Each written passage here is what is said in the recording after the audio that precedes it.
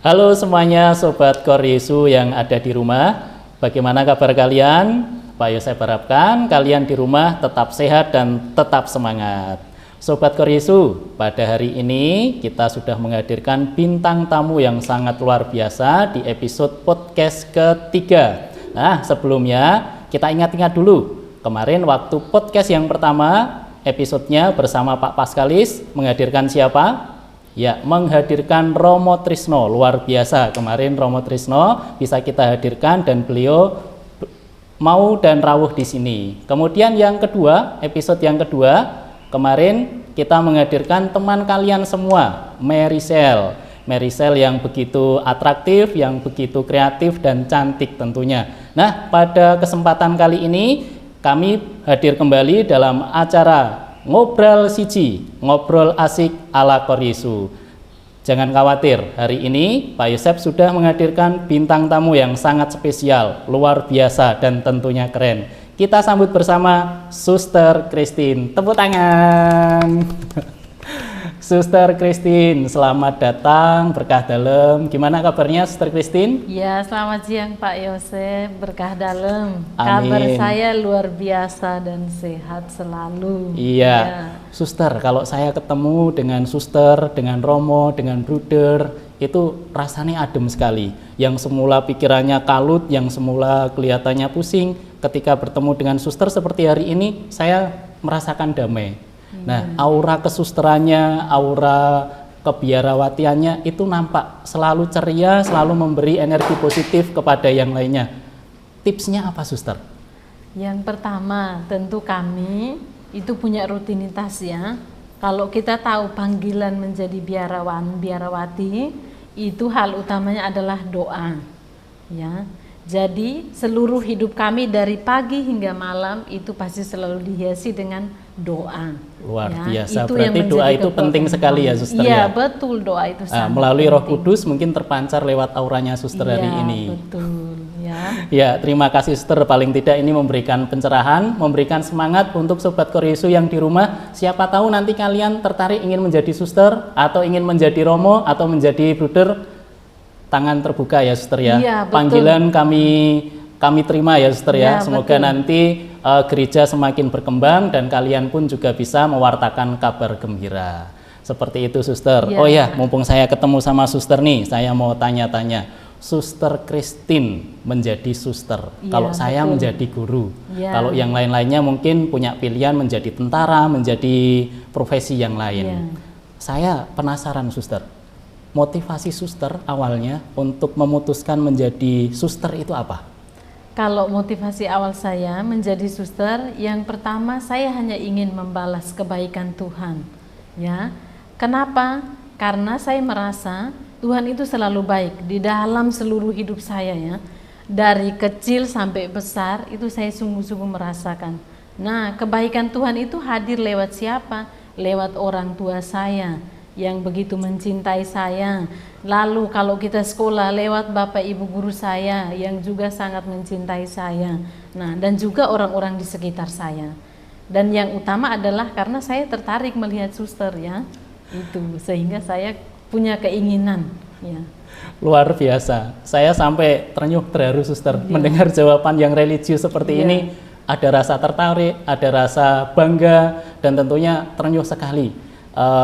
Kalaupun saya perempuan mungkin saya juga tertarik untuk menjadi suster, tetapi saya laki-laki Suster, laki-laki mungkin jadi Romo. Jadi Romo. Iya, untuk jadi Romo, untuk menjadi suster itu kan ada kutipan kalau tidak salah tuayan banyak tapi pekerja sedikit. Ya, seperti itu ya Suster ya. Betul. Nah, pastinya kalau ada ungkapan seperti itu untuk menjadi suster, untuk menjadi Romo itu tuh sesuatu yang istimewa. Ya. Tidak semuanya orang bisa ke sana. Ya. Nah, yang menjadi pertanyaan saya Suster, proses untuk menjadi suster dari orang biasa seperti saya awam kemudian bisa disebut menjadi suster itu prosesnya bagaimana? Nah, prosesnya tentu ada 6 tahap kalau menjadi suster itu ya. Yang pertama masa aspiran. Masa aspiran itu kalau misalnya yang lulusan SMA, nah dia setelah SMA dia akan hidup bersama para suster di komunitas. Ya, itu aspiran untuk mengenal hidup doa para suster seperti apa. Itu yang pertama aspiran ya suster ya. Aspiran. Oke. Lalu Aspiran. yang kedua postulan. Nah, kalau postulan dia sudah bergabung di rumah pendidikan dan dia sudah pakai ini, Jubah. sudah pakai slayer, lalu pakai bajunya coklat kalau suster OSF. Lalu yang ketiga adalah novis. Ya. Novisiat ya? Ya, novisiat itu 2 tahun. Dia menjalani selama 2 tahun. 1 tahun itu hanya di dalam biara, ya, tidak berkarya. Dan tahun yang kedua baru mereka boleh keluar. Nah, setelah novisiat kami akan mengucapkan kaul. Di situ kami akan menjalani masa juniorat dari tahun pertama sampai dengan tahun ke-9. Ya. Nah, setelah itu mengucapkan kaul kekal, ya, mengucapkan kaul akhir atau kaul kekal, lalu menjalani masa medior. Itu sudah sepenuhnya menjadi milik OSF kalau saya pilih OSF. Itu Pak. Ya. Itu tadi Sobat Koryesu, anak-anak TK ataupun yang SD, luar biasa jawabannya. Jadi untuk menjadi seorang suster itu tidak tiba-tiba orang biasa kemudian jadi suster. Ada tahapannya ya suster ya. Betul. Yang pertama tadi aspiran, kemudian postulan, kemudian novis, kemudian baru junior, setelah junior medior. Setelah itu nanti akan mengungkapkan kaul kekalnya ya. Betul. Iya. Sobat Koryesu, ini adalah suatu contoh niat baik, itu harus ada tahapan-tahapannya. Mungkin kalau dari saya sendiri, Pak Yosef itu memutuskan untuk jadi guru, itu juga ada tahapannya. Setelah SMA, kemudian kuliah, setelah kuliah belum tentu lulus, tetapi puji Tuhan Pak Yosef lulus dan akhirnya bisa menjadi guru. Anak-anak belajar di rumah, belajar teguh kependirian dan belajar menikmati proses tahap demi tahap, kemudian nanti akan memetik hasilnya seperti suster yang seperti ini. Menarik sekali suster. Suster, dari tahapan-tahapan itu kan waktunya panjang sekali ya? Betul. 10 tahun ya? 10 tahun, 12 tahun. Oh, 12 tahun malahan. Minimal itu Pak. Minimal, ya, belum tentu. Itu bisa maksimal juga ya? Bisa 12 tahun lebih ya? Bisa 12 tahun. Nah, ya, betul. Ini menarik suster. Ketika dalam rentang waktu segitu, pasti di dalam prosesnya di tahun pertama, tahun ketiga, atau yang rawan, yang riskan itu tahun yang hampir terakhir itu malah godaannya banyak ya? Ya. Boleh share sedikit suster, sharing sedikit tantangan-tantangan yang dihadapi suster ataupun kendala, godaan-godaan ketika suster menjalani proses itu. Iya, betul. Tantangan yang pertama, nah saya dari NTT ya, dari NTT. Ya. Jauh sekali. Nah, tantangan yang pertama itu adalah harus jauh dari keluarga. Ya, meninggalkan keluarga. Meninggalkan keluarga. Lalu yang kedua, saya harus hidup di tempat yang baru, menyesuaikan diri. Penyesuaian diri dengan teman-teman yang baru juga. Iya, betul, dengan teman-teman yang baru. Lalu harus ke Jawa, pendidikannya itu kan berbeda sekali dalam banyak hal ya. Ya, kebudayaan, bahasanya, bahasa, makanan, cuaca. Iya, betul sekali Pak itu ya. Nah, itu perbedaannya. Lalu yang kedua, yang ketiga, tantangannya adalah saya harus mengikuti setiap proses itu, dan di dalam proses itu pun belum tentu saya diterima ya. Jadi kalau kita ketika masih dalam proses itu bisa saja semua keputusan ada di tangan saya ya. Itu jadi saya bisa memutuskan maju atau mundur. Nah, itu tentu banyak hal yang melatar belakangnya itu. Jadi tantangannya itu tadi ya suster ya, karena jauh sama orang tua. Yang namanya orang tua itu ketika mau melepaskan anaknya atau anaknya mau keluar, tentunya juga ada perasaan yang tidak rela gitu kan. Apalagi keluar pulau, kemudian jangka waktunya lama sekali. Tetapi saya yakin karena ini niat baik, kemudian ada campur tangan Tuhan, semuanya diberkati dan semuanya sampai sekarang ini puji Tuhan lancar ya suster ya. Betul Pak. Ya.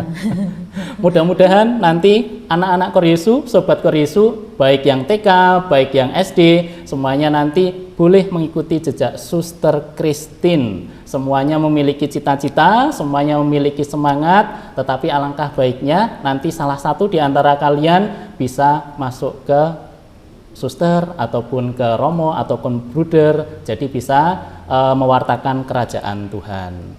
Nah, suster, Suster Christine ini kalau saya baca atau saya lihat Suster Christine OSF. Ya, betul. Nah, kalau guru itu ada SPD, ada Ya. MPD atau gelar-gelar yang lain. Berarti Ya. ini istilah gelar ya, Suster Gelar, ya? ya, betul. Nah, saya pengen tahu, Suster, OSF itu kepanjangan dari apa atau latar belakangnya apa? Monggo, Suster sharing. Ya. Nah, OSF itu kepanjangan dari Ordo Santo Franciscus, ya. Ordo Santo Franciscus yang mendirikan adalah Ibu Magdalena Damen, ya. Anak-anak di rumah kalau belajar kemarsudirian, Ya, ada tentu saja Ibu Magdalena ya, Damen. kenal Ibu Magdalena Damen. Itu adalah pendiri ya. Suster OSF. Lalu pelindungnya adalah Bapak Fransiskus Assisi. Bapak Fransiskus ya. Assisi. Kita juga sudah mengenal ya Bapak Fransiskus Assisi. Nah, lalu karya-karyanya adalah salah satunya adalah pendidikan.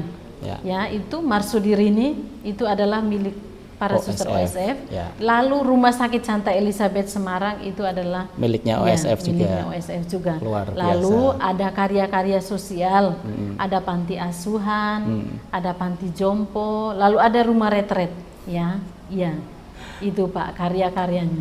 Jadi Sobat Koryesu, saya sendiri juga terharu. Ternyata panggilan menjadi suster itu tidak ada salahnya. Semua untuk kebaikan Tuhan, untuk mewartakan kabar gembira. Contohnya saja tadi OSF, ternyata kita tahu semua Ordo Santa Franciscan. Ya.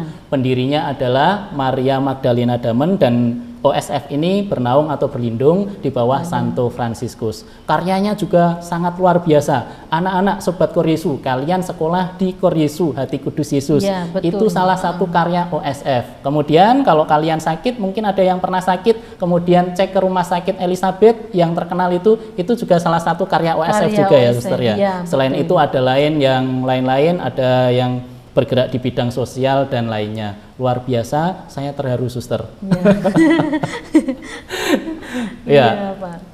Menarik sekali ini, Suster. OSF, Ordo Santo Franciscan. Satu lagi pertanyaan tentang OSF, Suster. Suster, kenapa tertarik ke ordo ini, OSF? Karena suster tidak tahu OSF itu kepanjangannya apa. Nah, maka saya pilih OSF.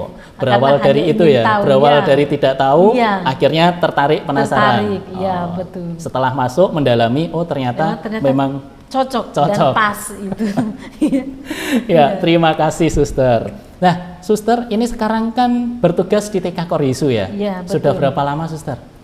Kalau di TK dulu 3 tahun. 3 tahun. Nah, sekarang baru mulai kembali. Oke, Ya. kalau di TK itu kita bertemu dengan anak-anak kecil, ya, betul, mereka Pak. belajar bermain juga, kemudian berhitung, bernyanyi, kemudian membaca juga ya, Suster. Iya, betul. Nah, Sobat Koryesu di rumah berkaitan kalau punya adik-adik, kemudian atau kalau kalian punya saudara yang pingin pintar membaca, pingin pintar menghitung, punya banyak teman, nah Pak Yosef punya tipsnya ini. Ini Suster, Pondok Ilmu Prima. Ini program belajar. Yang programnya yang pertama ada TK. TK itu yang dipelajari baca, tulis, hitung. Luar biasa. Anak-anak kecil, teman-teman kecil kita akan dilatih untuk baca, tulis, dan berhitung. Kemudian selain TK, itu juga ada SD. SD ini juga malah lebih luas cakupannya. Semua mata pelajaran bisa dipelajari. Kemudian selain semua mata pelajaran, ini yang lebih penting, mengajarkan sudah kurikulum yang terbaru, yaitu kurikulum 2013. Nanti kalau Sobat Koryesu semuanya tertarik atau pengen masuk ke sini, ke Pondok Ilmu Prima, nanti bisa menghubungi nomor telepon di sini, di atas ini ya. Ya, ini Pondok Ilmu Prima, pasti pelayanannya prima dan menjadikan anak-anak menjadi anak-anak yang jauh lebih hebat. Begitu ya, Suster ya? Iya, betul. Bagus sekali ini. Iya. Nah, Suster Christine, ini saya agak berbeda ini, Suster. Pakai apa ini? Topi Sinterklas ya? Topi Sinterklas. Ya, sesuai ya. suasana kita Natal. Iya. Biasanya dulu kalau saya kecil, kalau sudah hari Natal, itu tuh seneng banget rasanya. Kemudian diajak Bapak Ibu ke gereja, bertemu dengan teman-teman yang lain, itu sangat luar biasa, Iya. sangat menyenangkan.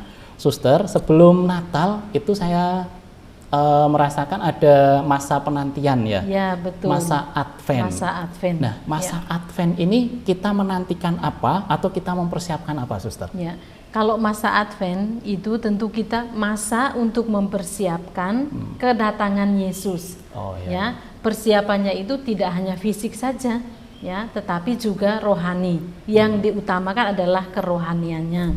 Ya, misalnya kita diajak untuk tekun berdoa, ya. Kalau di dalam kitab suci selalu berjaga-jaga karena Tuhan datang pada saat yang tidak kita ketahui. Ya, Nah, kita tidak tahu Tuhan itu kapan akan hadir gitu ya, ya, Suster. betul. Ya, Sobat Korisu, kembali saya terharu ini. Jawabannya sangat luar biasa, sangat religius, menggerakkan hati saya untuk semakin giat berdoa, Suster. Ya. Terima kasih ya, Suster ya. Iya, Pak Yose. Tapi belum selesai, Suster. Masih. Ya. Masih panjang, santai. Kita ngobrol biasa saja, Suster. Ya, Iya. Natal. Tadi kita sudah tahu untuk Advent itu ternyata masa penantian. Kita mempersiapkan diri supaya lebih pantas untuk menyambut kedatangan Tuhan Yesus Kristus. Saya juga punya teman namanya Natalia. Berarti itu juga berkaitan dengan Natal juga ya, Ya, Suster ya. betul. Nah, Ya. Natal itu kelahiran Tuhan Yesus. Sekarang saya ingin tahu arti yang sesungguhnya Natal itu apa, Suster? Natal itu sebenarnya kalau Natal itu lahir ya. Lahir, ya. Ya. Tapi kalau misalnya ada yang makanya kalau yang punya nama Natalia Ya. berarti itu antara lahir 25 atau 26 Oh ya, Desember. masih masa ya, Natal masih ya. dalam masa Natal. Oke. Ya, biasanya pokoknya kan setelah Natal itu ada oktav Natal. Hmm. Nah, yang lahir pada oktav Natal itu juga akan diberi nama Natalia. Kebanyakannya seperti itu. Saya juga punya saudara yang juga diberi Namanya nama Natalia. Natalia. Nah, Biasanya kalau yang orang-orang punya nama seperti itu lahirnya pas masa-masa ini iya, ya, Suster ya. betul. Ada suster kami juga yang Natalia juga. ya, namanya Natalia Natalia Iya, gitu betul. kan. Itu kelihatan enak didengar juga, Suster. Iya, Dan betul. sangat religius ya. Punya Iya. arti dan makna yang sangat bagus ya. Nah, Luar biasa Sobat Koryesu.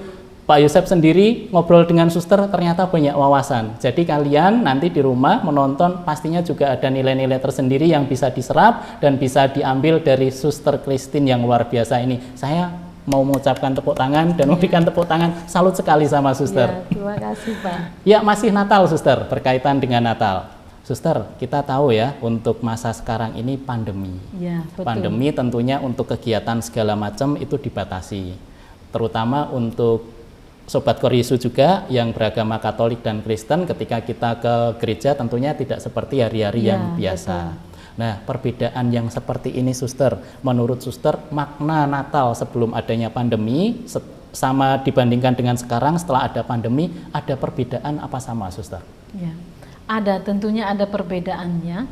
Perbedaan yang sangat kelihatan adalah kalau tahun sebelumnya biasanya kan kita kumpul Ya, keluarga rame-rame. ya, kebanyakan kumpul keluarga, lalu ke gereja bareng-bareng. Ya, setelah itu mungkin kita anjang sana ke Ya, rumah saudara betul. seperti Nah, itu ya. Tapi kalau sekarang itu kita terbatas ya. Bahkan yang ke gereja pun dibatasi, Pak. Ya. Umurnya berapa? Anak-anak Benar, juga betul, ya. Ustaz. Tetapi kita bersyukur bahwa Natal tahun ini kita sudah boleh secara offline dan juga masih dilayani online. Tetapi lebih daripada tahun kemarin ya. Tahun kemarin itu kita online ya. Ya. Tetapi sebelumnya kita yang bareng-bareng itu ini harus dibatasi ya. Tetapi memang kalau sebagai orang Katolik kita harus taat dengan hal itu Iya. ya.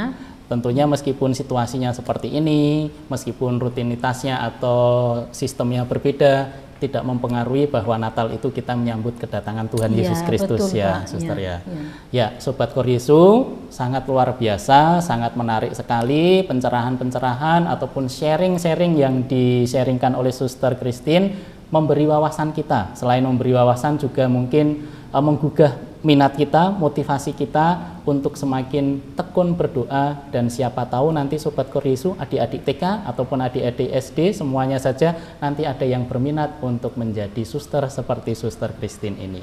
Terakhir Suster dari saya, pesan ataupun kesan Suster untuk Sobat Koryesu semuanya berkaitan dengan Natal ini, monggo disampaikan. Ya. Halo Sobat Koryesu, pesan Suster hanya satu ya. Menyambut kedatangan Yesus itu anak-anak harus bersikap menjadi orang yang lebih baik lagi. ya. Nah, dengan apa? Dengan caranya seperti apa, Suster? Ya, kalau kita menyambut kedatangan Yesus tidak hanya fisik ya, tetapi rohaninya. Yang pertama harus tekun berdoa.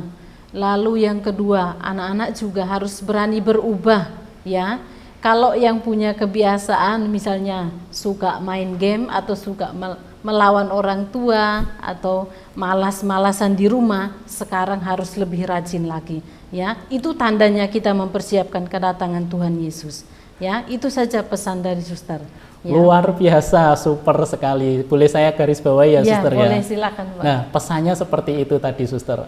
Anak-anak Sobat Koor Yesus semuanya sangat kontekstual, sangat cocok sekali untuk masa-masa sekarang. Jadi dalam rangka penantian ini, masa Natal, kita menyambut kedatangan Tuhan Yesus, anak-anak mempersiapkan diri yang baik, mengurangi game online ya. Ada yang lain-lain itu yang mengasihkan, itu biasanya membawa kita ke hal-hal yang tidak baik. Jadi kita isi dengan kegiatan-kegiatan yang lebih menarik dan bermanfaat. Suster, sekali lagi terima kasih untuk kedatangannya, untuk kebersamaannya. Saya juga mendapatkan banyak sekali wawasan, mendapatkan pencerahan. Semoga nanti untuk episode-episode berikutnya Suster kerso rawuh lagi. Ya. Begitu, Suster. Iya, Pak. Kita sapa dulu Sobat Koor Yesus semuanya. Koor Yesus tetap semangat ya, anak-anak di rumah tetap belajar. Jangan lupa kita sampaikan salam untuk Koor Yesus. Koor Yesus, happy, cheerful, and be the best. Sampai jumpa di episode berikutnya. Dadah, terima kasih, Suster.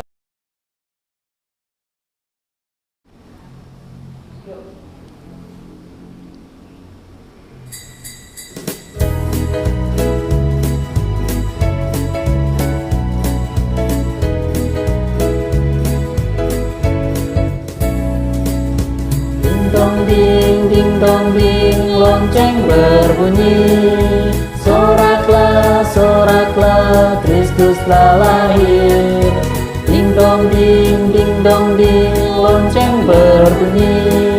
Soraklah, soraklah, Kristus telah lahir.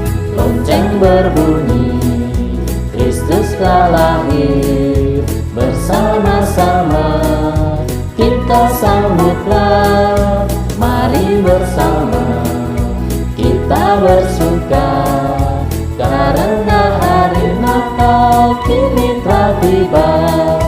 Ding dong ding, lonceng berbunyi. Soraklah, soraklah, Kristus telah lahir. Ding dong ding, lonceng berbunyi. Soraklah, soraklah, Kristus telah lahir.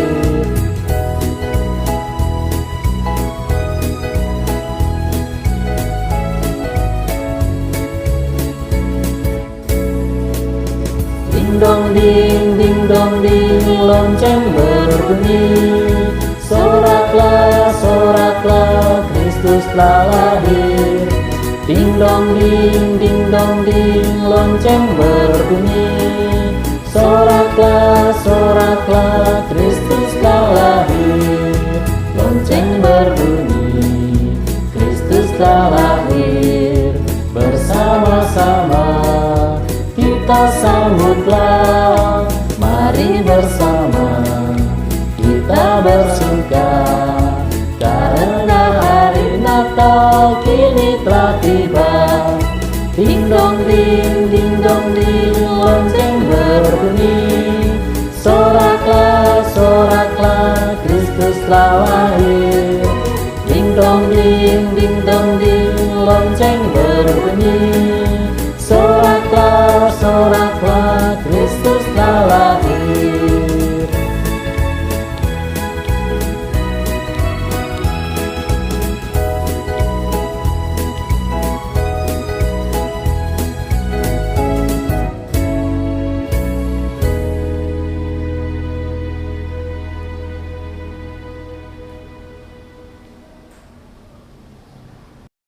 Langsung.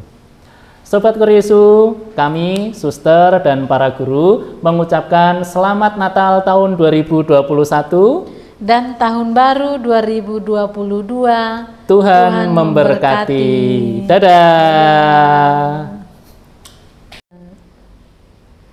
Halo Sobat Koryesu, Suster punya satu pertanyaan. Apa saja tahap menjadi suster OSF? 3 orang yang menjawab dengan benar dan cepat akan mendapat 1 hadiah dari suster, dan jawabannya ditulis di kolom komentar ya. Terima kasih. Penerimaan peserta didik baru SD Marsudirini Koryesu tahun pelajaran 2022-2023 telah dibuka. Ayo segera daftarkan putra-putri Bapak Ibu ke SD Marsudirini Koryesu yang terletak di Jalan Halmahera 1 nomor 21 Semarang. Untuk info lebih lanjut hubungi nomor 024 841 2256.